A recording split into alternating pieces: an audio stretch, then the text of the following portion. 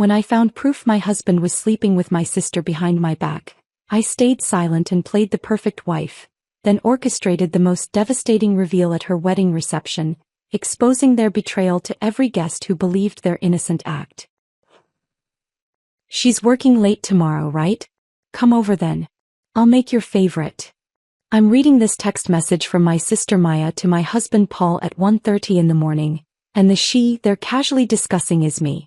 Not Erin, not your wife, not your sister, just she, like I'm an inconvenience to work around, a schedule to coordinate around, an obstacle between them and whatever this is. I keep scrolling through their messages, going back months, watching their affair unfold in reverse, and every message makes me feel sicker and stupider and angrier. They've been doing this for 2 years.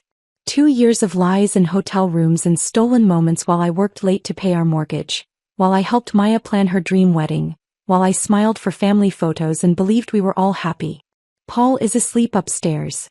Maya is probably asleep in her apartment across town, the apartment I helped her move into, practicing her vows for the wedding where I'm supposed to be her maid of honor in 8 weeks. They think they've been so careful. They think I'm too trusting to ever find out. They're wrong. And by the time I'm done with both of them, everyone they know will see exactly who they really are. But let me back up. Because 3 hours ago I had no idea any of this existed. 3 hours ago I was making pancakes. It's Sunday morning in early March and our kitchen smells like butter and vanilla. Paul is sitting at our table reading the newspaper, sunlight coming through the windows we picked out together 3 years ago when we renovated this place. We've been married 8 years. We have routines. Saturday mornings at the farmer's market, Sunday pancakes, movie nights with takeout from the Thai place down the street. Annual camping trips to Crater Lake with Maya and whoever she's dating. Normal stuff. Boring stuff. The kind of life that doesn't make for interesting stories but makes you feel safe. I flip a pancake and glance over at Paul. He's wearing the old college sweatshirt I keep threatening to throw away, his hair sticking up on one side because he hasn't showered yet. This is us. This is what marriage looks like at the 8-year mark when you think everything is fine. "Blueberries?" he asks without looking up from the sports section. "Already washed. In the fridge." He grins at me like I've just solved world hunger, and I feel that small warm satisfaction of knowing someone well enough to anticipate what they need. I work as an art director at a boutique creative agency downtown. Paul handles corporate accounts at some tech marketing firm with a name I can never remember. We're not rich, but we're comfortable. We're not exciting, but we're content. Or at least I thought we were. My phone buzzes on the counter. It's Maya asking if we're still on for dinner Tuesday at that new Italian place near her apartment. I confirm and she sends back 3 heart emojis, which is very Maya. She's always been the expressive one, the sister who cries during commercials and makes friends in grocery store lines and hugs people she just met.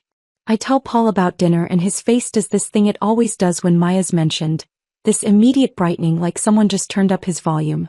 "I'll grab that wine she likes," he says, already pulling out his phone to make a note. "That Pinot Grigio from the vineyard we visited." I smile because this seems thoughtful. This seems like my husband being considerate of my sister. This seems normal. Maya has been part of our relationship from the beginning. She was there the night Paul and I met at that gallery opening in Seattle 9 years ago. He helped me pick out my wedding dress. She spent our first Thanksgiving as a married couple at our terrible first apartment, laughing about the turkey I'd burned so badly we had to order pizza. She's family. She's been woven into every major moment of our marriage. 3 months ago, everything shifted when Derek proposed. Maya called me that night crying so hard I could barely understand her, and I screamed into the phone with excitement because my baby sister was getting married. Paul heard me from the other room and came running thinking something was wrong. That night Maya came over with Derek to celebrate. We drank champagne on our couch while she showed us the ring, this massive emerald-cut diamond that probably cost more than my car. Derek comes from old Portland money. His family owns half the buildings downtown and doesn't talk about it. Maya had dated successful guys before, but this felt different. She kept saying things like, "I can't believe this is real," and "I get to spend forever with him," and Derek looked at her like she was the only person in the room. Before they left, Maya grabbed my hands and asked me to be her maid of honor. I said yes before she even finished asking.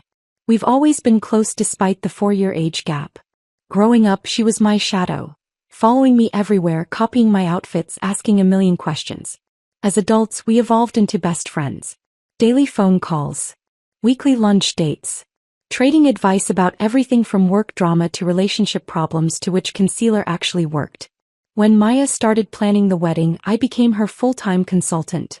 Hours looking at venues, debating color schemes, tasting cakes until we felt sick. Paul was always eager to help, offering to drive us to appointments or pick up samples or give his opinion on centerpieces. I loved that my husband cared enough about my sister to be involved. Maya usually scheduled our planning sessions for evenings when I'd be working late, which made sense. She worked as an event coordinator at a luxury hotel, so her schedule was more flexible than mine. It never occurred to me to question why she preferred those specific times, or why Paul was always so available to help when I couldn't be there. Everything seemed perfect, uncomplicated, normal. Then came the night with the perfume. 6 weeks after Maya's engagement. Late January. Paul came home just before midnight from what he said were drinks with clients. When he leaned down to kiss me hello, I smelled it, perfume that wasn't mine. Something floral and expensive. The kind of scent that lingers on clothes.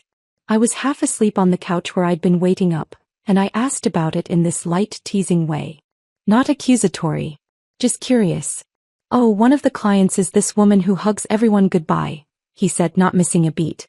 You know how some people are. His tone was so casual, so unbothered, that I immediately felt stupid for noticing. I laughed it off. We went to bed. I told myself it was nothing because it was nothing. People hug. Perfume transfers. This is what happens when you work late with colleagues. 3 days later, I stopped by Maya's apartment to drop off wedding magazines. And there it was, that same perfume sitting on her bathroom counter in an elegant glass bottle. I recognized it instantly. That specific floral scent. Something in my stomach twisted. I stared at that bottle longer than was normal, trying to make sense of the coincidence, and Maya came out of her bedroom asking if I was okay. Yeah, just spacing out.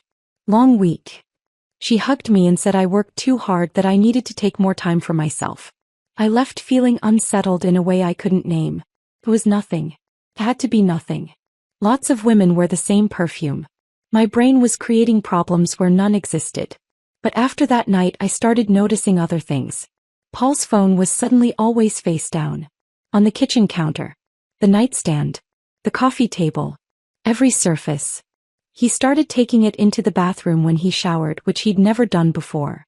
When notifications came through, he'd angle the screen away in this automatic way, like he didn't even realize he was doing it. Over breakfast one Tuesday, I mentioned to Maya that Paul seemed distracted lately. Maybe stressed about work. She squeezed my hand across the table. All marriages go through phases like this, Aaron. You're overthinking it. Paul adores you. Don't create problems where there aren't any. I believed her. Why wouldn't I? He was my sister. My best friend. She'd never steer me wrong. But the changes in Paul kept coming. He started waking up at 5 in the morning for the gym, something he'd never done in our entire relationship. New workout clothes appeared in the laundry. Expensive protein powders on the counter. Running shoes I didn't recognize by the door. He bought tailored shirts that fit differently. Started using cologne I'd never seen. Switched from his regular barber to some trendy place downtown. Just trying to take better care of myself, he said when I asked. Stay competitive. I'm not getting any younger. His work hours stretched longer. Client dinners 3 times a week became normal. Weekend conference calls. Late nights at the office for pitches that never seemed to close. When I suggested joining him for dinner like I used to, he said it would be boring. Just shop talk. Nothing I'd enjoy. I started lying awake at night, staring at the ceiling while Paul slept peacefully beside me. Was I paranoid? Controlling? Was this just what happened at 8 years when the excitement wore off? My best friend Jennifer suggested couples therapy over wine one night. When I mentioned it to Paul, he laughed. We don't need to pay someone to tell us we're fine. You're overthinking things. I wanted so desperately for him to be right that I dropped it. Confrontation has never been my strength. I'm the peacemaker. The person who makes everyone comfortable and smooths over rough edges. So I pushed down the doubt and kept making Sunday pancakes like everything was fine. Until tonight. Tonight, Paul fell asleep on the couch after dinner, and his phone slid out of his pocket onto the cushion. The screen lit up with a notification. I wasn't trying to snoop. I was just going to plug it in for him. But the notification was from Maya. and the preview showed just enough text to make my blood run cold. I picked up the phone. His passcode is our anniversary, he's never changed it. And suddenly I was in his messages with my sister, scrolling through months of conversations I was never supposed to see. Plans to meet at hotels. Discussions about my work schedule. Jokes about how clueless I am. Photos of Maya wearing Paul's clothes, including that navy hoodie he claimed he lost 4 months ago.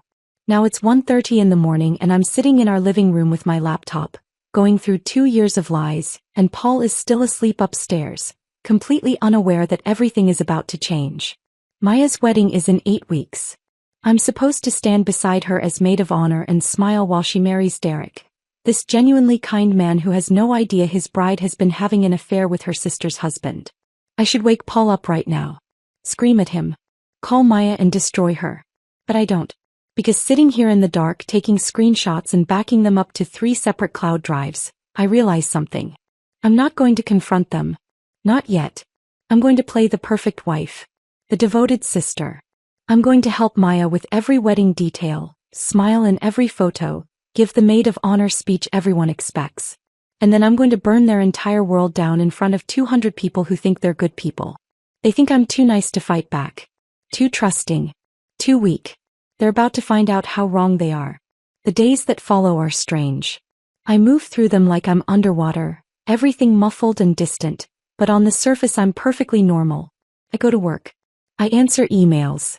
I smile at Paul across the dinner table and ask about his day like I don't know exactly what he did today, who he texted, where he went. Because I'm still checking. Every morning after he leaves for the gym, I log into his iCloud and read the new messages. Every night while he showers, I scroll through his calendar and cross-reference it with Maya's Instagram stories. I'm building a timeline now, a detailed map of their affair that spans 2 full years. 2 years. That number keeps hitting me in waves. 2 years of family dinners where they sat across from each other and smiled. 2 years of holidays and birthdays and ordinary Tuesdays. 2 years of me confiding in Maya about my marriage, about my worries that Paul seemed distant, while she nodded sympathetically and told me I was imagining things. The worst part isn't even the affair itself. It's the coordination. The planning. The casual way they discuss me like I'm a scheduling problem to solve rather than a person they're betraying. She's got that design conference in San Francisco next month. Paul writes in a message dated 6 weeks ago. Perfect, Maya responds. We can finally do that weekend trip you mentioned. I'll tell Derek it's a girls' spa thing with college friends. They're so comfortable with the lying. So practiced. Like they've done this 1,000 times and perfected the art of deception. I'm sitting at my desk at work on a Wednesday afternoon, staring at a logo design that's due by end of day when my phone buzzes. It's Maya. Lunch tomorrow? I need your opinion on bridesmaid dress colors. I'm between sage green and dusty blue. I stare at that message for a full minute. She has no idea. Absolutely no idea that I know. That I've seen the photos of her wearing Paul's clothes. That I've read every message where she calls me naive and gullible. That I know she's been sleeping with my husband in the apartment I helped her furnish, planning her wedding while destroying mine. Tomorrow works, I type back. That cafe near my office at noon? Perfect. Love you, sis. I set my phone down and go back to the logo design, but my hands are shaking. Not from sadness. From rage. Pure, cold rage that sits in my chest like a stone. That night, I do something I've been avoiding. I go through Paul's bank statements. He's been sloppy here too, probably because he never imagined I'd look. Charges at the Heathman Hotel downtown. 6 separate stays over the past 4 months. Always on nights I was traveling for work or visiting my college roommate in Eugene. Dinner reservations at restaurants Paul claimed were client meetings. Purchases at lingerie stores that definitely weren't for me because I haven't received a gift from him in over a year. One charge catches my eye.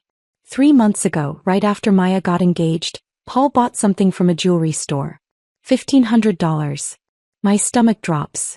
I click through to the detailed receipt and there it is. A gold bracelet. Custom engraved. I've never seen this bracelet. Paul certainly never gave it to me. But I remember seeing something gold on Maya's wrist at Sunday dinner 2 weeks ago. She said Derek gave it to her as an early wedding gift. I close my laptop before I throw it across the room. The next day I meet Maya for lunch. She's already at the cafe when I arrive, sitting at our usual table by the window, looking radiant in a cream sweater that probably costs more than my rent. She jumps up to hug me when she sees me. "You look tired," she says, studying my face with what looks like genuine concern. "Are you sleeping okay?" "Just busy at work," I say, sliding into the chair across from her. "You know how it is." She launches into wedding talk immediately.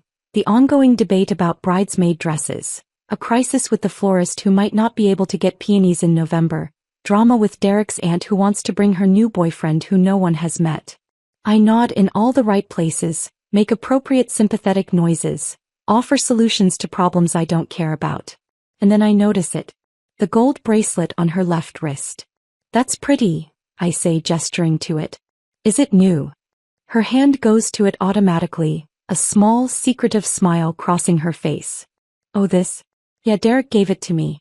Early wedding present. Isn't it beautiful?" "Gorgeous," I say, keeping my voice light. "He has good taste." She beams. "He really does. I'm so lucky, Aaron." I know every bride says this, but I genuinely feel like the luckiest woman alive. Derek is he's everything I've ever wanted. I take a sip of my water to avoid responding because if I open my mouth right now, I might tell her that her fiancé isn't the one who bought that bracelet. That my husband, her brother-in-law, the man she's been sleeping with for 2 years, paid $1,500 for that piece of jewelry she's wearing while she gushes about how much Derek loves her. "Speaking of Derek," Maya continues, "I need to finalize the head table seating chart. Obviously you and Paul will be right next to us. I want my favorite people close." "Of course," I say. "Wouldn't miss it." She reaches across the table and squeezes my hand. "I keep thinking about how lucky I am to have you as my sister. Some people don't get along with their siblings, you know? But you and me, we've always been a team. I honestly don't know what I'd do without you." The audacity of it nearly takes my breath away. She's holding my hand, looking me in the eye, saying these things while carrying on an affair with my husband. While wearing jewelry he bought her with our joint account. While planning to stand at an altar in front of 200 people and pledge loyalty to Derek when she's been loyal to no one. "I feel the same way," I hear myself say. "You're my best friend, Maya. Always have been." Her eyes get misty. "Don't make me cry. I'm wearing mascara." We finish lunch talking about centerpieces and the timeline for the reception. She shows me photos of the venue decorated for a different wedding, pointing out where our table will be, where the dance floor is, where the bar will be set up. "And this is where you'll give your maid of honor speech," she says, zooming in on a photo of the microphone stand near the head table. "No pressure, but I'm expecting something good. You're the writer in the family." "I've been working on it," I tell her, which is true.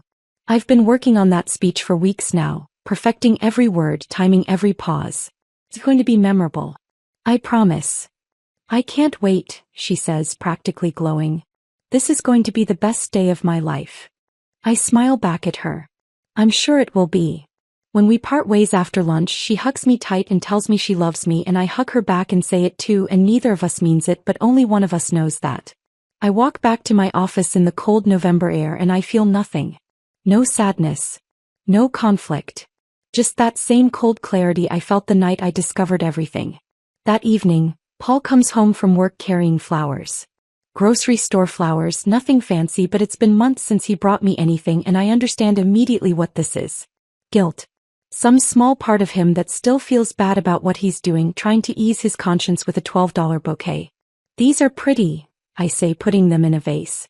"What's the occasion?" "No occasion. Just thought of you." He kisses my forehead and goes to change out of his work clothes, and I arrange the flowers in water and think about how I'm going to destroy him. Not physically. Not through violence or screaming or dramatic confrontation. I'm going to destroy him socially, professionally, in every way that matters to him. And he's not going to see it coming. My phone buzzes. It's a text from Maya. "Thanks for lunch today. You always know how to make me feel better. Love you so much." I type back quickly, "Love you too. Can't wait for the wedding. It's going to be perfect." And I mean it. Because it will be perfect. Just not in the way she thinks. I finish arranging Paul's gilt flowers, pour myself a glass of wine, and sit down to work on my maid of honor speech some more. I've got 8 weeks until the wedding. 8 weeks to play the role of supportive wife and devoted sister. 8 weeks to make sure every piece of evidence is backed up, Every detail is perfect, every word of my speech is exactly right. Paul comes back downstairs in sweatpants and finds me at the kitchen table with my laptop. Work stuff, he asks. Wedding planning, I say, not looking up. Maya's speech. Want to make it special. He smiles that warm, proud smile. You're such a good sister to her. She's lucky to have you. We're lucky to have each other, I reply, meeting his eyes. He has no idea how true that's about to become. The weeks that follow become a masterclass in performance. I'm acting every single day, every single moment, and nobody suspects a thing. Not Paul, not Maya, not my parents, not our friends. I am the perfect wife. The devoted sister. The reliable maid of honor who shows up to every appointment with a smile. But underneath the performance, I'm building something else entirely. Every morning starts the same way. I wake up before Paul, make coffee, check his iCloud account while the machine brews.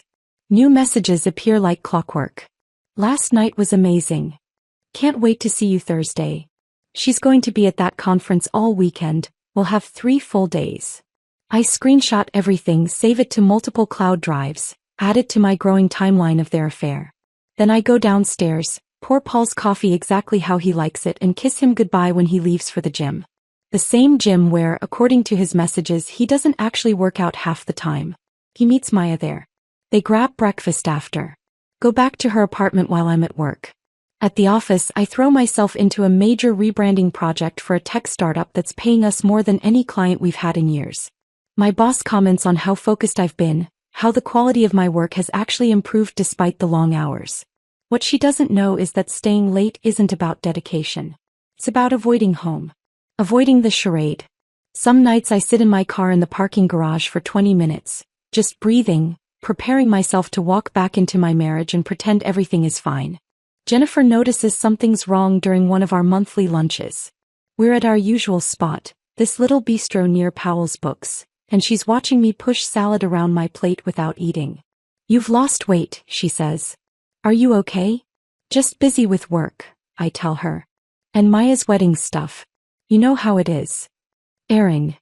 She sets down her fork, her expression serious. I've known you since college. Something's off. What's going on? For a second I almost tell her. Almost let the whole story spill out right there over untouched salads and iced tea. But I can't. Not yet. Because if I tell Jennifer, she'll tell me to confront them immediately.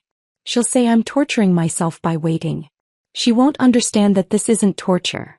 This is strategy. I'm fine, I say, forcing a smile. Really? Just stressed. The wedding's in 5 weeks and Maya's losing her mind over details. Jennifer doesn't look convinced, but she drops it. We finish lunch talking about her own life, her promotion at work, her latest dating disaster, safe topics that don't require me to lie. Maya calls that afternoon while I'm in a meeting. 3 missed calls in a row, which means wedding emergency. I step out and call her back. Oh, thank God, she says when she answers. Crisis. The florist can't get peonies. She's suggesting roses instead, but roses are so basic, Erin. Everyone has roses.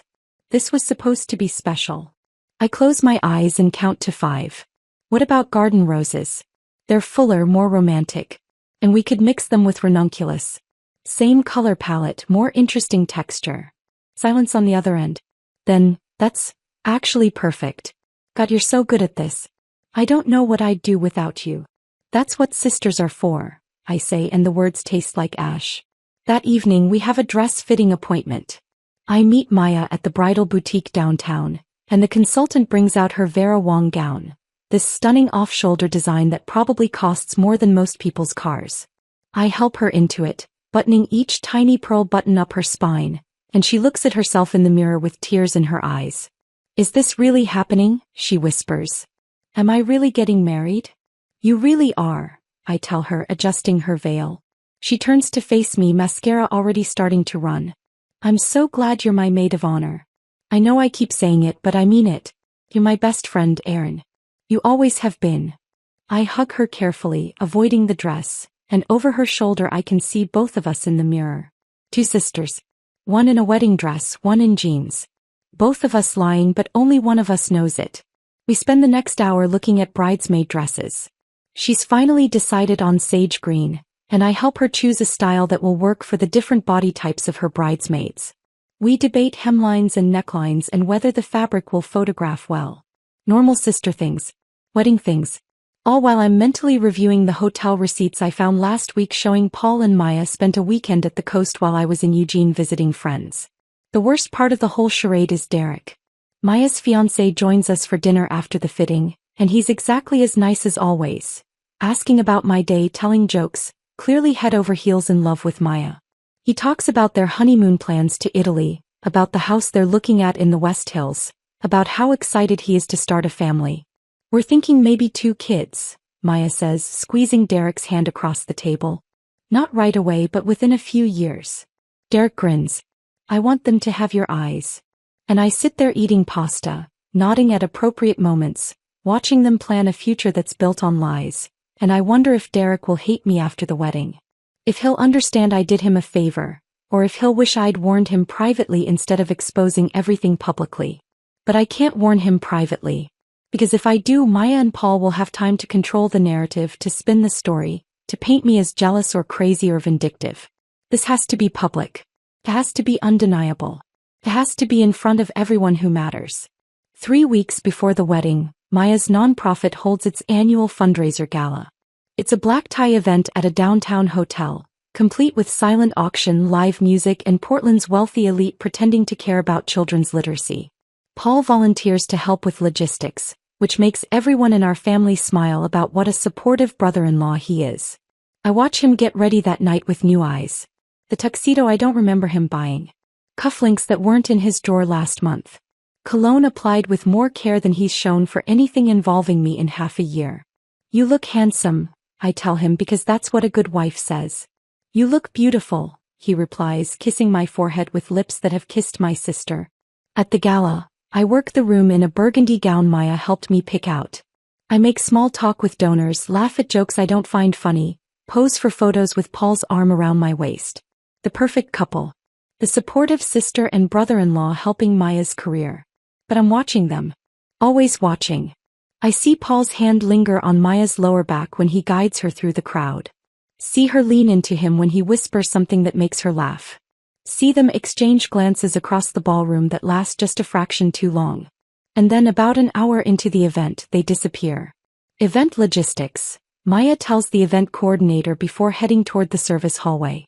Paul follows 2 minutes later, claiming he's taking a phone call. They're gone for 17 minutes. I know because I time it on my phone while pretending to scroll through social media. When they return, Maya's lipstick is slightly smudged. Paul's bow tie is looser. They come back from different directions, like that makes it less obvious. That morning I checked their messages. Can't wait to see you in a tux tonight. You know what that does to me.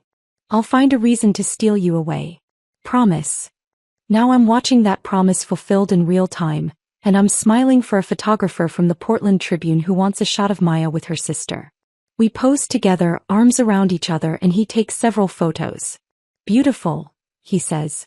You can really see the family resemblance. Later I'll wonder if that photo ever ran.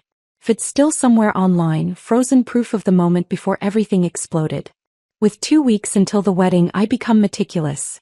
I practice my maid of honor speech in front of my bathroom mirror at 3 in the morning, timing each pause, perfecting the delivery. I organize all my evidence into folders on my phone. Messages, photos, hotel receipts, bank statements, and I practice pulling them up quickly, making sure I can navigate to exactly what I need even if my hands are shaking. I buy a new clutch, something elegant enough for a formal wedding but large enough to hold my phone comfortably. I rehearse reaching for it naturally, unlocking it smoothly, holding it up so nearby tables can see the screen. I also do something that probably makes me either very smart or slightly crazy. I schedule 2 appointments with a therapist. Not to actually process my feelings, I don't have time for that, but to establish a paper trail. Proof that I knew about the affair and was dealing with it in healthy, appropriate ways before I chose to expose it. Insurance against anyone later claiming I acted out of unstable emotion. Have you considered confronting your husband directly? Dr. Harlow asks during our second session. I'm not ready yet, I tell her, which is completely true, just not in the way she thinks. She nods sympathetically. These things take time. There's no rush.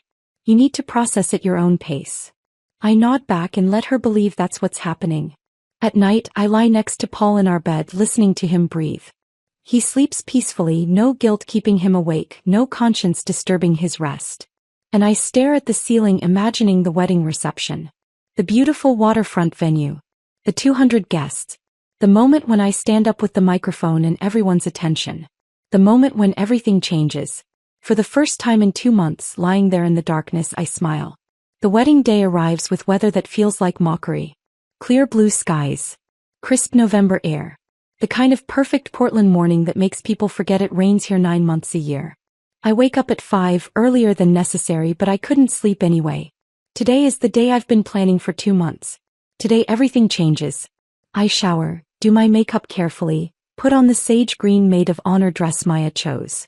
It fits perfectly because I've lost 12 pounds since discovering the affair, stress eating me from the inside out even as I smile through every wedding appointment. In the mirror I look composed. Elegant. The picture of a supportive sister ready to celebrate her sibling's big day. Nobody would guess I'm about to detonate a bomb. I arrive at the waterfront venue at 7 with my arms full of emergency supplies Maya texted me about at midnight. Safety pins. The specific shade of lipstick she wants for photos. Breath mints. A backup pair of nude heels in case hers give her blisters. The kinds of details only a devoted maid of honor would remember. The bridal suite is already chaos when I walk in. Bridesmaids everywhere, mimosas flowing, our mother crying happy tears while the hairstylist works on bridesmaid number 3. Maya sees me and practically runs across the room. "Oh, thank God," she says, hugging me tight. "I've been panicking all morning. I couldn't remember if I told you about the lipstick and I thought you might forget and..." "I got everything," I tell her, holding up the bag. Deep breaths. "It's all going to be perfect. And it will be. Just not the way she thinks." Maya's already in her robe, hair done in these perfect loose waves, makeup half finished. She looks radiant in the way brides do, glowing with excitement and nerves and the absolute certainty that today is the beginning of her happily ever after. "Come help me get into the dress," she says, pulling me toward the corner where her Vera Wang gown hangs like a work of art. Our mother and 2 bridesmaids help lift it carefully and I guide Maya into it, pulling it up, adjusting the fabric, buttoning each tiny pearl button up her spine. There are 42 buttons. I count them. Our mother cries. The photographer circles us, capturing these intimate sister moments. The older sister helping the younger one into her wedding dress. Both of us smiling, everything perfect.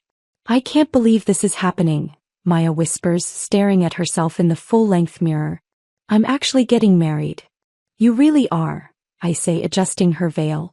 She turns to face me, tears already starting to mess up her mascara, and grabs both my hands. "I don't know what I would have done without you, Erin. Through all the planning, all the stress, all the little disasters. You've been my rock. You're the best sister anyone could ask for." The words should hurt, but they don't.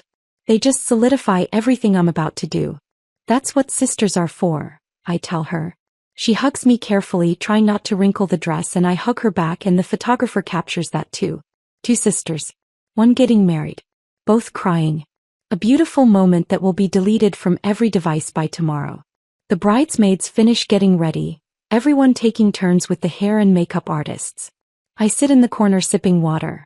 Not mimosas, I need to be completely clear-headed, and going over my speech in my head one more time. I've memorized it. Every word. Every pause. I know exactly when to reach for my phone, exactly which screenshots to show first, exactly how to deliver each line for maximum impact. My phone buzzes. It's Jennifer. "Thinking of you today. Know you've been stressed about the speech. You're going to do great. Love you." I type back, "Thanks. Today's going to be memorable." Around 9:30, our mother insists on photos of just her and her daughters. The photographer poses us by the window, natural light streaming in, Maya in her wedding dress, me in sage green, Mom in navy blue. We smile. We hold hands. We look like the picture of family happiness. "My beautiful girls," Mom says, crying again. "I'm so proud of both of you." Maya squeezes my hand. I squeeze back. At 10, it's time for Maya to head down for pre-ceremony photos with Derek. First look photos, they call them, where the groom sees the bride for the first time.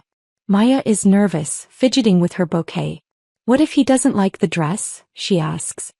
"He's going to love it," I assure her. You look perfect. She does. She looks absolutely perfect. And in about 4 hours she's going to look completely destroyed. I stay behind in the bridal suite, taking a moment alone. I check my phone one last time, making sure all my evidence is organized and ready.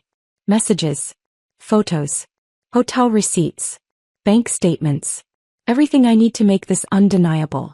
Then I head downstairs to find my seat. The ceremony space is stunning. White chairs in neat rows. An arch covered in white roses and eucalyptus. The Willamette River sparkling in the background. 200 guests in expensive clothes, chatting and laughing, everyone excited for the ceremony to start. I see Paul almost immediately. He's sitting 5 rows back, looking handsome in his charcoal suit, talking to my Aunt Carol. When he sees me, he smiles and waves. I wave back. Play the part. He finds me in the corridor behind the ceremony space a few minutes before things start. You look beautiful, he says, kissing my cheek. Several bridesmaids walk past and smile at us. Such a loving couple. Thank you, I say, reaching up to straighten his tie even though it doesn't need straightening. You clean up pretty well yourself. Big day for Maya, he says. She's so happy, I reply. She and Derek are perfect together. They really are, he agrees, and I wonder if he hears the irony in his own words. My phone buzzes in my clutch. Jennifer again. You okay? You seemed really off at the dress fitting. If you need to talk after today, I'm here. I type back quickly, I'm good. About to get the closure I didn't know I needed. The music starts. It's time. I take my place at the front, maid of honor position, and watch as guests file to their seats. Derek stands at the altar with his best man, looking nervous and excited and completely unaware that his life is about to implode. He's a good guy. Kind. Successful. Completely in love with Maya. And she's been lying to him for 2 years. The processional begins. Bridesmaids walk down the aisle one by one. Then it's my turn. I walk slowly, smiling at guests, and when I pass Paul's row, I see him watching Maya's empty spot at the back of the aisle, that same soft expression on his face I've seen 100 times in the past 2 months. Then the music changes. Everyone stands. And Maya appears at the back of the aisle on our father's arm. She looks like a fairy tale. The dress fits perfectly, the veil catches the light, her smile is radiant. Derek's face when he sees her breaks into pure joy. Several guests start crying. It's beautiful. Picture perfect. Everything a wedding should be. I stand at the altar holding Maya's bouquet, watching this ceremony that's built entirely on lies, and I feel nothing but that same cold calm I've been carrying for weeks. The officiant begins. Words about love and commitment and choosing each other every day. Maya and Derek exchange their personal vows, and Maya's voice cracks with emotion when she promises Derek honesty and loyalty and forever.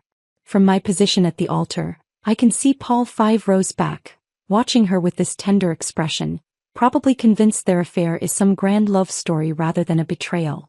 The ceremony ends. Maya and Derek kiss. Everyone applauds. They walk back down the aisle together as husband and wife, and I follow with the best man, and we all move to the terrace for cocktail hour. The next hour is a blur of small talk I won't remember. Guests congratulating Maya.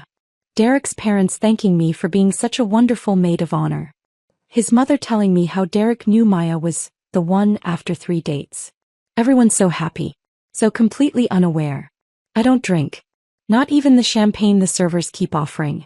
I need to be completely clear-headed. Finally, we move inside for dinner. The reception hall is gorgeous. Hundreds of candles, white roses everywhere, string lights creating this magical atmosphere. I'm seated at the head table between Maya and the best man. Maya keeps squeezing my hand, so happy, so grateful, so completely doomed. Dinner is served. It's delicious and I can't taste any of it. Then the speeches begin. Derek's best man goes first. He tells funny stories about their college days, makes touching comments about friendship and loyalty. Several guests cry. Everyone applauds. Then the DJ announces, and now the maid of honor, Erin Caldwell. I stand up, pick up my champagne flute, reach into my clutch and feel my phone there ready. 200 faces turn toward me. Maya is beaming. Derek has his arm around her. Paul is watching me proudly from his seat. None of them have any idea what's about to happen. I smile, take a breath, and begin to speak. Thank you all for being here to celebrate Maya and Derek on this absolutely beautiful day. My voice is warm, steady. I've practiced this opening 100 times in front of my bathroom mirror at 3 in the morning, and now it sounds exactly how I want it to, genuine, loving, the perfect maid of honor. I raise my champagne flute and the crowd murmurs agreement. 200 smiling faces turn toward me. Maya is beaming at the head table, eyes already glistening with happy tears. Derek has his arm around her shoulders. My mother is in the third row dabbing at her eyes with a tissue.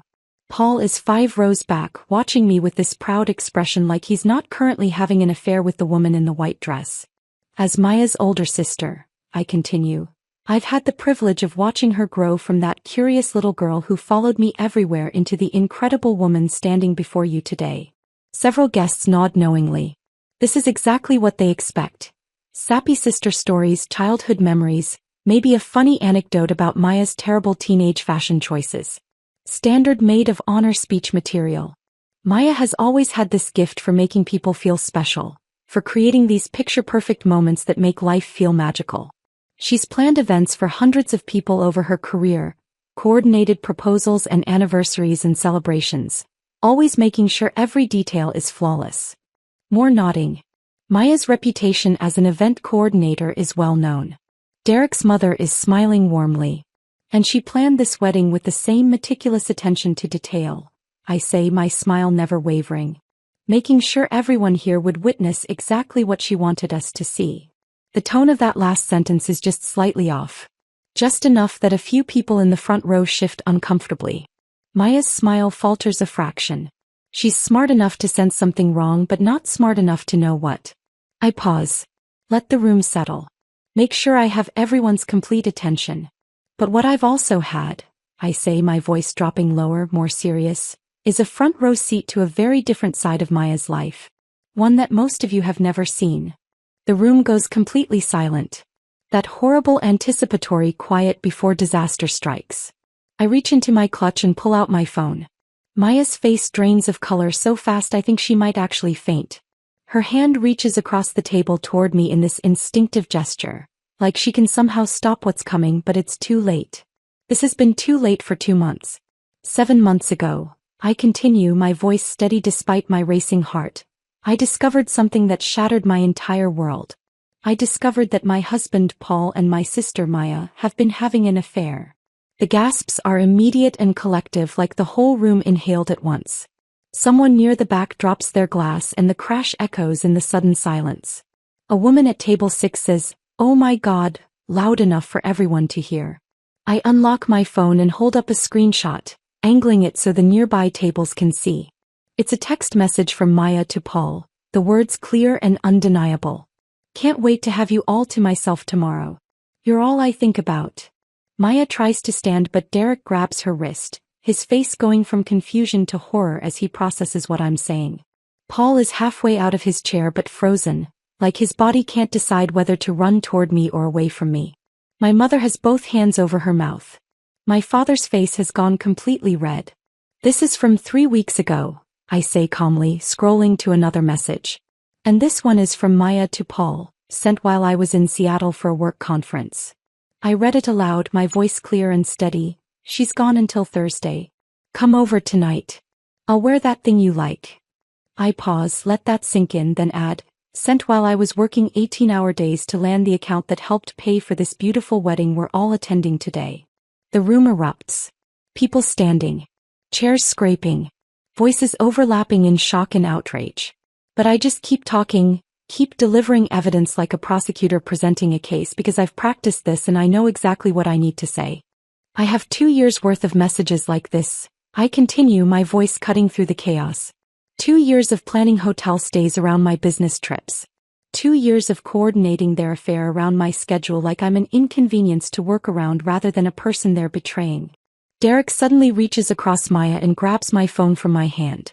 I let him take it. This is part of the plan. He needs to see it himself. He scrolls frantically, his face transforming from shock to devastation to pure rage as he reads message after message after message. "Is this true?" he asks Maya, his voice breaking on the last word. She's crying now, mascara streaming down her face in black rivers, but she can't form words. Just sits there shaking her head, whether in denial or disbelief I can't tell. Answer me. Derek shouts and the entire room hears it. 200 guests watching in horror as a marriage ends before it even begins. Maya whispers something I can't hear from where I'm standing. What? Derek demands. What did you say? It wasn't. Maya's voice is barely audible. I didn't mean for it to. How long? Derek cuts her off. How long has this been going on? Maya just cries harder. How long? Derek roars, standing so violently his chair falls backward with a crash. The room goes dead silent again. Everyone waiting for the answer they already know will be devastating. 2 years. Maya finally whispers. The sound that follows is like nothing I've ever heard. Derek's mother screams. Someone at table 8 starts crying. Multiple people pull out their phones, some to record, some probably to text others who aren't here. The wedding coordinator is standing near the entrance looking absolutely panicked, like she's trying to figure out how to salvage an event that's already completely destroyed. I keep talking because I'm not done yet. I have hotel receipts, I say, pulling up another file on a second phone I've kept in my other hand.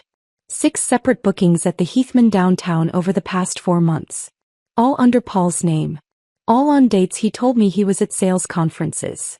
I hold up the phone showing a booking confirmation. The tables closest lean in to see.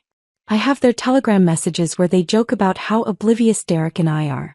How easy we are to fool. How trusting we are, like trust is a character flaw instead of what you're supposed to have in a marriage. Paul finally finds his voice. Aaron, you're taking this out of context. If you would just let me explain. Explain what? Derek cuts him off, rounding on Paul with such hatred in his eyes that Paul actually steps backward. Explain how you've been sleeping with my wife? How you've been lying to your own wife and to me for 2 years? What context makes that acceptable? Paul opens his mouth but nothing comes out. Derek turns back to Maya. I asked you to marry me because I thought you were the most honest person I'd ever met. You told me you valued loyalty above everything. You stood at that altar 20 minutes ago and promised me honesty and commitment and forever, and it was all lies. Everything was lies. I do love you, Maya sobs. I really do, Derek. I don't. Derek's voice is cold now, all the rage burned out, leaving only devastation. Don't say anything else. He rips his boutonniere off his suit jacket and throws it on the table. Then he looks at Maya one more time and the expression on his face is something I'll remember forever. Not anger, not hatred, just profound betrayal. This marriage is over, he says clearly, loudly for everyone to hear. We're done. I will never forgive you for this. He walks toward the exit. His groomsmen follow immediately. His parents start gathering their family, Derek's mother shooting Maya a look of absolute disgust as she passes the head table. Derek's father stops in front of Paul. If I ever see you again, he says quietly, it will be too soon. Then they're gone, half the wedding party streaming out behind them. Paul tries to approach me, hands raised in some placating gesture, but my father physically blocks his path. You take one more step toward my daughter, Dad says in a voice I've never heard him use before, and I promise you'll regret it. Paul freezes. Looks around the room like he's searching for an ally. Finds none. Everyone is staring at him with disgust or shock or both. Maya is still sitting at the head table, sobbing so hard she can barely breathe, her beautiful Vera Wang gown now seeming obscene, her perfect makeup destroyed. Guests are gathering their things, leaving their tables, the reception dissolving into chaos around her. My mother is crying. My Aunt Carol is shouting something at Paul. Derek's cousin is recording everything on his phone. I don't say anything else. I've said everything I needed to say. I place my champagne flute carefully on the head table. Walk across the reception hall toward the terrace exit. My legs feel steady. My hands aren't shaking. Behind me I hear voices shouting questions at Maya and Paul, hear my mother begging someone to stop this, hear the beginning of the total annihilation I've spent 2 months carefully orchestrating. I push open the terrace door and step out into the cool evening air. For the first time in 7 months I can breathe. The terrace overlooks the Willamette River and I stand there alone for maybe 5 minutes just breathing. The evening air is cool against my skin. Inside I can still hear the chaos, raised voices, crying, the sound of chairs being moved as guests leave. But out here it's quiet. Peaceful almost. My phone starts buzzing in my clutch. I pull it out and see the screen lighting up with notifications. Texts, calls, messages flooding in faster than I can read them. I turn the phone off completely and put it back. I'm not ready to deal with any of that yet. Jennifer appears in the doorway. She must have been sitting near the back because she's here and most of Derek's family is already gone. She walks over without saying anything and just stands next to me looking out at the water. I have a bag packed at your place, I tell her. Can I stay with you tonight? Of course, she says. As long as you need. We leave through the side exit, avoiding the main reception hall entirely. I don't want to see Maya's face. Don't want to hear Paul trying to explain. Don't want my mother begging me to fix this somehow. I just want to leave. Jennifer drives because my hands are shaking too badly. Not from regret. From adrenaline finally crashing after 2 months of holding everything inside. We don't talk. She just puts on music and drives and I stare out the window at Portland passing by, the city lights blurring together. When we get to her apartment, I collapse on her couch and finally let myself fall apart. Not crying exactly. More like my whole body just gives out. 2 months of pretending. 2 months of smiling through dress fittings and cake tastings and wedding planning sessions.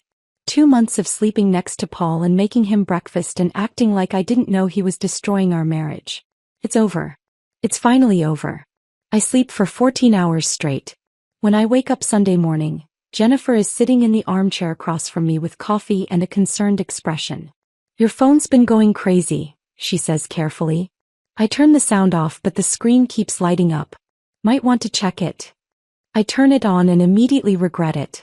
247 missed calls. Texts filling up the screen faster than I can scroll. My parents. Paul. My relatives I haven't talked to in years. Friends from college. Coworkers. Everyone has something to say about what I did. Most of them I ignore. But there's one message that matters from David, the lawyer I quietly retained 3 weeks ago. Saw the video. Well done. Come to my office Monday morning and we'll file divorce papers. Video. What video? Jennifer sees my expression. You should probably see this, she says, pulling out her laptop. Someone at the wedding filmed my entire speech. The whole thing from my opening words to the moment Derek stormed out. They posted it on social media with the caption, Maid of Honor exposes bride's affair at wedding reception. It has 2 million views. I watch it once, seeing myself standing at that microphone, voice steady, delivering every line exactly as I practiced. Maya's face draining of color. Derek grabbing my phone. The room erupting into chaos. It's all there, recorded in high definition for the world to see. It's everywhere, Jennifer says quietly. Twitter, Instagram, TikTok. Local news picked it up this morning. They have opinions. I scroll through the comments. Half the people are calling me a hero. The other half are calling me cruel, vindictive, asking why I didn't handle this privately. Someone created a poll asking if my revenge was justified. Someone else made a reaction video analyzing my body language and micro-expressions. Do you care? Jennifer asks. What they think. I close the laptop. No. This was never about them. This was about the truth. Monday morning I meet David at his office. He has divorce papers already drafted, just waiting for my signature. Paul isn't contesting anything. According to David, Paul's lawyer advised him that fighting would be pointless given the evidence. He wants to talk to you, David says. Called my office 6 times yesterday. I told him all communication goes through me, but he's persistent. Tell him no, I say, signing the papers. I have nothing to say to him. Paul comes home Monday afternoon to find all his belongings in boxes on the front porch. I'm not there. I'm still at Jennifer's, but David had the locks changed and taped a restraining order to the front door. Temporary, just until the divorce is finalized, but it means Paul can't come near me or contact me directly. His mother calls me that evening. I answer because I'm not angry at her, just at her son. Aaron, please, she says, crying. Paul is devastated. He made a terrible mistake, but he loves you. Can't you just talk to him? Try to work this out. Your son didn't make a mistake, I tell her, keeping my voice gentle but firm. He made a choice. Every day for 2 years he chose to lie to me. He chose to sleep with my sister. He chose to coordinate his affair around my work schedule. Those weren't mistakes. Those were deliberate decisions. And now he's living with the consequences. She tries to argue to guilt-trip me about marriage being sacred and forgiveness being important, but I hang up before she can finish. I've already forgiven enough, trusted enough, been understanding enough. I'm done. The real devastation starts Wednesday. Paul's colleague Marcus messages me that morning. We've met a few times at company events and he's always been friendly. Now he's reaching out to tell me he's disgusted by what Paul did. And to warn me about what happened at work. The viral video reached Paul's CEO Rebecca. She's known in Portland's tech scene for running a tight ship, enforcing strict ethical standards, maintaining the company's reputation above everything else. Having one of her senior account executives exposed in a viral video for having an affair with his wife's sister isn't the kind of publicity she tolerates. She called Paul into her office Tuesday morning. The meeting lasted less than 10 minutes. She gave him a choice, Marcus tells me over coffee. Resign immediately or be terminated for violating the ethics clause in his contract. He chose to resign because getting fired would have made finding another job basically impossible. How did he look? I ask, and I'm not sure why I care except maybe I need to know this hurt him the way it hurt me. Like he aged 10 years overnight, Marcus says. Cleaned out his desk Wednesday morning. Half the office wouldn't even say goodbye to him. Janet from accounting actually told him he should be ashamed of himself. Right there in the hallway where everyone could hear. I feel a savage satisfaction hearing this. Maybe that makes me a bad person. I've stopped caring. Maya's destruction happens even faster. The luxury hotel chain she worked for has spent decades building a reputation for elegance and discretion. Having one of their event coordinators exposed in a viral video for conducting an affair with her sister's husband while planning her own wedding is exactly the kind of scandal they can't afford. My cousin Rachel, who still follows Maya on social media, tells me Maya was called into HR Monday morning. By Monday afternoon she was terminated. Conduct incompatible with brand values was the official reason. But losing her job is just the beginning. Derek's family owns Maya's apartment building. They gave her 30 days notice to vacate, the legal maximum, but their lawyer made it clear those 30 days would be as unpleasant as legally possible. Maya moved back into our parents' house within 2 weeks. Mom calls me Thursday evening. I almost don't answer, but something makes me pick up. She's not doing well, Erin, Mom says, her voice heavy. She barely leaves her room. Won't eat. Won't shower. Just sleeps and cries. Part of me feels guilty hearing this. The part of me that remembers Maya as my little sister following me around looking up to me. But then I remember that same sister wearing Paul's hoodie in that photo. Coordinating their affair around my work trips. Helping him lie to my face hundreds of times. She made her choices, Mom, I say quietly. She's still your sister. Family should forgive. She betrayed me for 2 years. Looked me in the eye and lied while sleeping with my husband. That's not a mistake, Mom. That's not something I can just forgive because we share DNA. Mom goes quiet. Even she can't defend what Maya did, no matter how much she wants to play peacemaker. My father takes a different approach. He calls Maya's actions disgraceful, says he's ashamed of her, claims he can barely look at her. I appreciate the support, but something about his anger feels performative, like he's trying too hard to prove he's on my side. My brother Seth calls from Denver the day after the video goes viral. Holy shit, Erin, is the first thing he says. Are you okay? I start crying. Not because I'm sad, but because Seth doesn't tell me what to do or how to feel. He doesn't try to mediate or fix anything. He just asks if I'm okay and then listens while I tell him everything. They deserved it, he says when I'm done. Both of them. And honestly, Derek deserved to know before he legally tied himself to someone like that. Mom doesn't see it that way. Mom wants everyone to be happy and comfortable, even when they don't deserve it. But you did the right thing, Erin. You really did. The extended family splits predictably. Mom's side thinks I was cruel, that I should have handled things privately. Dad's side mostly supports me, saying Maya got what she deserved. Thanksgiving is in 5 weeks. Mom is already talking about having everyone over like always, like we can just sit around a table together and pretend none of this happened. I'm planning to spend it with Jennifer's family instead. I can't sit across from Maya and pass the potatoes. Can't listen to Mom try to force reconciliation over pumpkin pie. Can't perform forgiveness I don't feel for the sake of holiday tradition. Some bridges once burned don't get rebuilt. And I'm finally okay with that. 3 weeks after the wedding, I'm sitting in Jennifer's apartment scrolling through job postings. Not because I need a new job, but because focusing on something normal helps. When my phone buzzes with a text from an unknown number. This is Derek. I know this is weird, but I'd like to talk if you're willing. No pressure. I stare at that message for a full hour. Jennifer comes home from the grocery store, sees me frozen on the couch with my phone in my hand and asks what's wrong. Derek wants to meet, I tell her. Derek as in Maya's ex-fiancé Derek?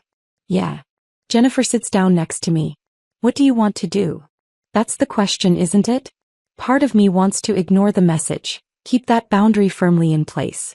But another part, the part that's been carrying this weight alone for months, is curious. Derek is the only other person who understands exactly what Maya and Paul did. The only other person who was humiliated in front of 200 people. I text back, coffee tomorrow? That place on Morrison at 2. His response comes immediately. I'll be there. Thank you. The next day I arrive at the cafe 5 minutes early and find Derek already sitting at a corner table. He looks terrible. The polished, confident man from the wedding has been replaced by someone who's clearly not sleeping, not eating, barely holding it together. His button-down shirt hangs loose like he's lost weight. There are dark circles under his eyes that no amount of expensive grooming can hide. When he sees me, he stands awkwardly, and for a moment neither of us knows what to do. Shake hands. Just sit down. We settle on sitting down. For the first 5 minutes we just sip our coffee in silence. Two people who were destroyed by the same two people, trying to figure out if we're allowed to be angry together or if that somehow makes it worse. Finally, Derek speaks. I'm sorry. I look up, confused. For what? For not seeing it, he says, staring into his coffee cup. For bringing you into my family's orbit. For making my wedding the worst day of your life too. For all of it. Something about the genuine regret in his voice breaks something open in me. I start crying right there in the cafe and I can't stop. Derek doesn't try to comfort me or tell me it's okay. He just hands me napkins from the dispenser and waits. When I finally stop, I wipe my eyes and say, you don't have anything to apologize for. You didn't do this. They did. I know, he says quietly. But I still feel like I should have known. There must have been signs. Things I missed. There were signs, I tell him. I saw them for months and convinced myself I was imagining things. Maya told me I was overthinking. Paul told me I was being paranoid. They were good at lying. That's not on us. We talk for 2 hours that first day. About the affair. About the wedding. About how we're both trying to process what happened while everyone around us has opinions about how we should feel. My mother keeps saying I dodged a bullet, Derek says. Like that makes it better. Like finding out the person you loved was lying to you for 2 years is somehow lucky because you didn't legally marry them. People keep congratulating me for standing up for myself, I reply. Like I should be proud. And part of me is, but mostly I'm just tired. Yeah, he says. Tired is the right word. We start meeting regularly after that. Once a week at first, just coffee and conversation. But it quickly becomes twice a week, then 3 times, then almost daily. Because Derek is the only person who really understands. He tells me about having the wedding annulled. About explaining to relatives what happened. About his mother crying, not because the marriage ended, but because she's embarrassed about how much money they spent on a wedding that lasted negative hours. She keeps saying, what will people think? Derek says one afternoon while we're walking along the waterfront. Like the problem isn't that Maya cheated on me. It's that people found out. I tell him about the loneliness of being right. About how people treat me differently now. Some look at me like I'm brave. Others look at me like I'm vindictive. Jennifer is supportive but doesn't really understand. My family is split. And I'm just trying to get through each day without falling apart. Do you regret it? Derek asks. Exposing them like that? No, I say immediately. I regret that I had to. But if I'd done it privately, they would have controlled the narrative. They would have painted me as jealous or crazy. This way the truth is undeniable. Good, he says. Because I'm glad you did it. If you hadn't, I would have married her. Legally tied myself to someone who's been lying to me since the beginning. We start piecing together the timeline of the affair during one of our walks. Derek remembers Maya canceling plans because she was tired from work. On nights I now know Paul was with her. I remember Paul's sudden interest in helping with wedding planning. We realize Maya and Paul coordinated not just around me but around Derek too. Every lie, every excuse, every work event or family obligation was carefully constructed to keep both of us in the dark. She told me she was at a bridal expo the weekend of my college reunion, Derek says. I asked if she wanted to come with me and she said she couldn't miss it. But there was no expo that weekend. I checked. Paul told me he had a sales conference in Seattle. I add. Same weekend. I bet they were together. Probably. The shared investigation is somehow healing. We're constructing the full picture of what they did, how they did it, and understanding that we weren't stupid for trusting them. We were just normal people who believed the people we loved were telling the truth. After a month of coffee meetings, Derek suggests dinner. An actual dinner at a restaurant, not just grab coffee and walk around. Feels different. More intentional. But I say yes because spending time with Derek has become the one part of my day I actually look forward to. We start talking about things other than Maya and Paul. Our childhoods. Our dreams. Books we love. Movies we hate. What we want from life now that our previous plans have completely exploded. I always thought I'd be married by now, Derek admits one night. Have kids by 35. The whole traditional thing. Me too, I say. And instead I'm 32, divorced, and my sister destroyed my marriage. Think you'll ever get married again? I don't know, I say honestly. Ask me in a year. Right now, trusting anyone feels impossible. Meanwhile, Maya is spiraling. She starts leaving letters at my parents' house. Long, handwritten apologies that my mother tries to force me to read. When I refuse, Mom reads them to me over the phone anyway, telling me how sorry Maya is, how much she regrets everything, how she's in therapy now. One letter claims the affair started as a mistake and she didn't know how to end it. That makes me furious. Affairs don't last 2 years by accident. They last because you choose them every single day. Another letter tries to blame Paul entirely. Says he pursued her. That she felt pressured. That she was confused and vulnerable. Maya is 32 years old. Fully capable of saying no. Watching her try to dodge responsibility is almost worse than the original betrayal. She shows up at my office one afternoon. Building security calls up to ask if I'll see her. I watch from my third-floor window as she stands in the lobby crying, and I feel nothing except irritation that she's making a scene at my workplace. Tell her I'm not available, I say to security. The breaking point comes when Maya somehow gets Derek's new number. We're having dinner when his phone rings. He glances at the screen, frowns, and answers. Hello. I watch his expression change from confusion to anger as he listens to whoever's on the other end. Then he stands up from the table and walks outside, and I can see him through the window, pacing and gesturing. He comes back 5 minutes later looking furious. That was Maya, he says. How did she get your number? No idea. She was crying, begging me to convince you to talk to her. Said you're the only one who can help her move forward. That she needs closure. What did you say? I told her she's delusional if she thinks either of us ever wants to hear from her again. He sits down heavily. Then I hung up and blocked the number. 2 months after the wedding, Derek asks me to dinner. Not our usual casual places but a nice restaurant downtown. When I arrive, he's wearing a suit. There are flowers on the table. And I realize this might not just be friendly anymore. We're both nervous in a way we haven't been during our other meetings. Conversation is stilted at first. We talk about safe topics. Work, the weather, a movie he saw last weekend. Halfway through dinner, Derek puts down his fork. I need to tell you something, he says. And if it ruins this friendship, I'll understand. But I have to say it. My heart starts racing. I think I know what he's going to say. And I'm terrified and excited in equal measure. I have feelings for you, Aaron, Derek says quietly. I know the timing is terrible. I know we're both still processing trauma. I know people will judge us if we're together. But I can't pretend anymore that these meetings are just about shared grief.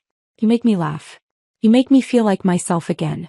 And I hope, maybe you feel the same way. I'm quiet for a long moment. Processing. Because I do feel the same way. But I'm scared. Scared of being hurt again. Scared of making a mistake. Scared this is just trauma bonding and not real connection. I do feel the same way, I finally admit. But I don't know if that's healthy or if we're just using each other to process what happened. I don't know either, Derek says. Maybe we're both a little broken right now. Maybe this is a terrible idea. But maybe it's not. Maybe two people who understand each other's pain is exactly what we both need. We talk for 2 more hours about whether this is healing or harmful. Whether we're ready. Whether we can build something real on a foundation of mutual betrayal. We don't have answers to any of these questions. But when Derek walks me to my car and kisses me goodnight, gentle and tentative and full of possibility, I realize I don't need answers yet. I just need to feel something other than anger. And this, whatever this is, feels like hope. Derek and I start dating officially in late January, 3 months after the wedding. We agree to take it slow, be honest about everything, and accept that this might not work. But we're willing to try. The first few weeks are careful. Tentative. We're both so aware that we're building something on a foundation of shared trauma, and we keep questioning whether what we feel is real or just two hurt people finding comfort in each other. Do you think about her when you're with me? I ask him one night while we're having dinner at his place. He's quiet for a moment, then says honestly, sometimes. Not in a longing way.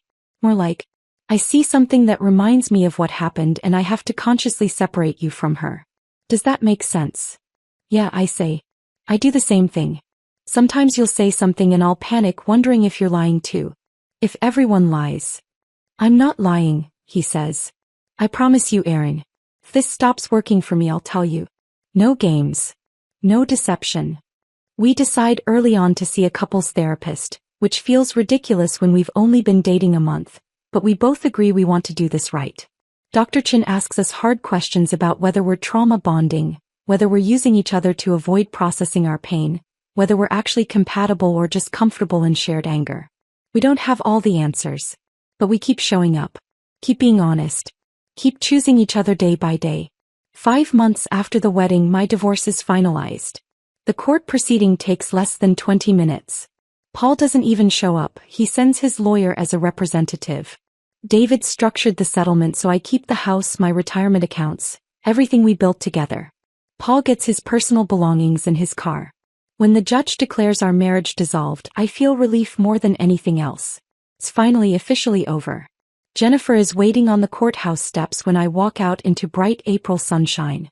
How do you feel? She asks, hugging me hard. Free, I say. And sad. And angry. And relieved. All at once. That evening, Derek takes me to dinner. We're not sure if we're celebrating or commiserating, but we're together and that feels right. My family's lawyers finally settled with Maya, he tells me over dessert. She has to repay about $30,000 of the wedding costs. Can she afford that? Barely. She's working retail now.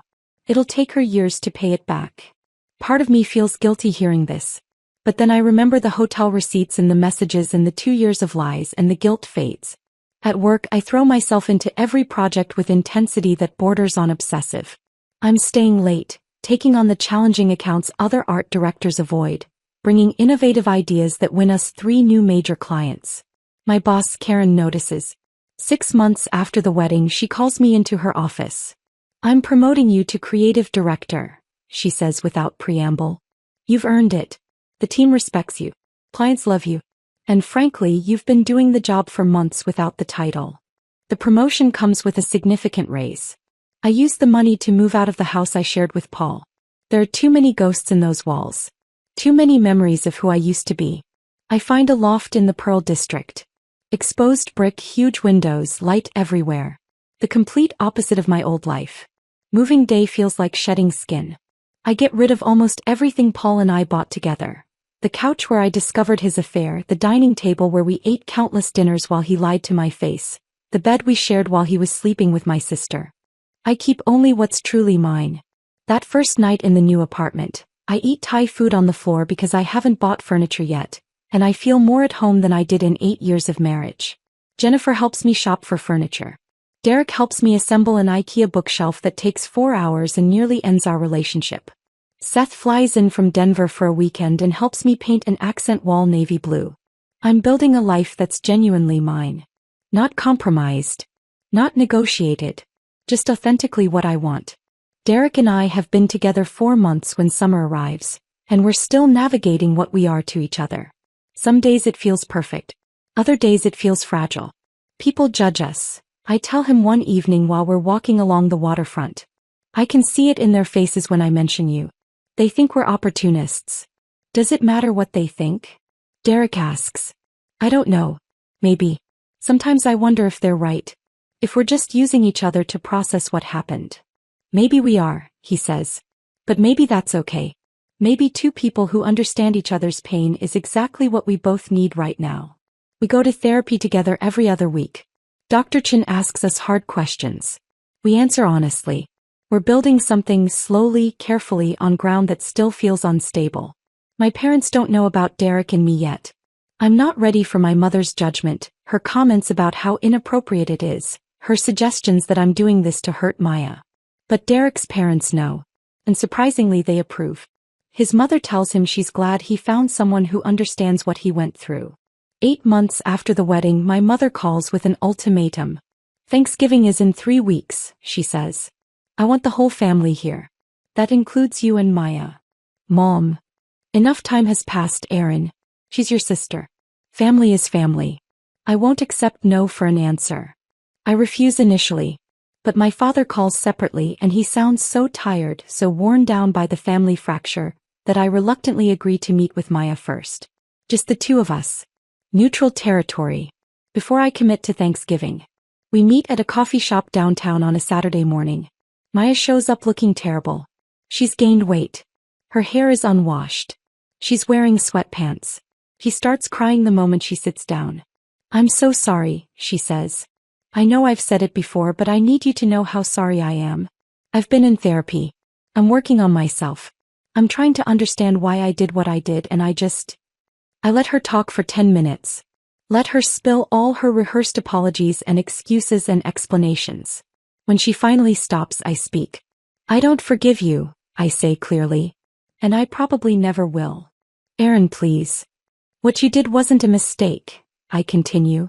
It was a choice you made every single day for 2 years. You looked me in the eye and lied. You let me help plan your wedding while you were sleeping with my husband. You only feel bad now because you got caught. Maya cries harder. I know I don't deserve forgiveness.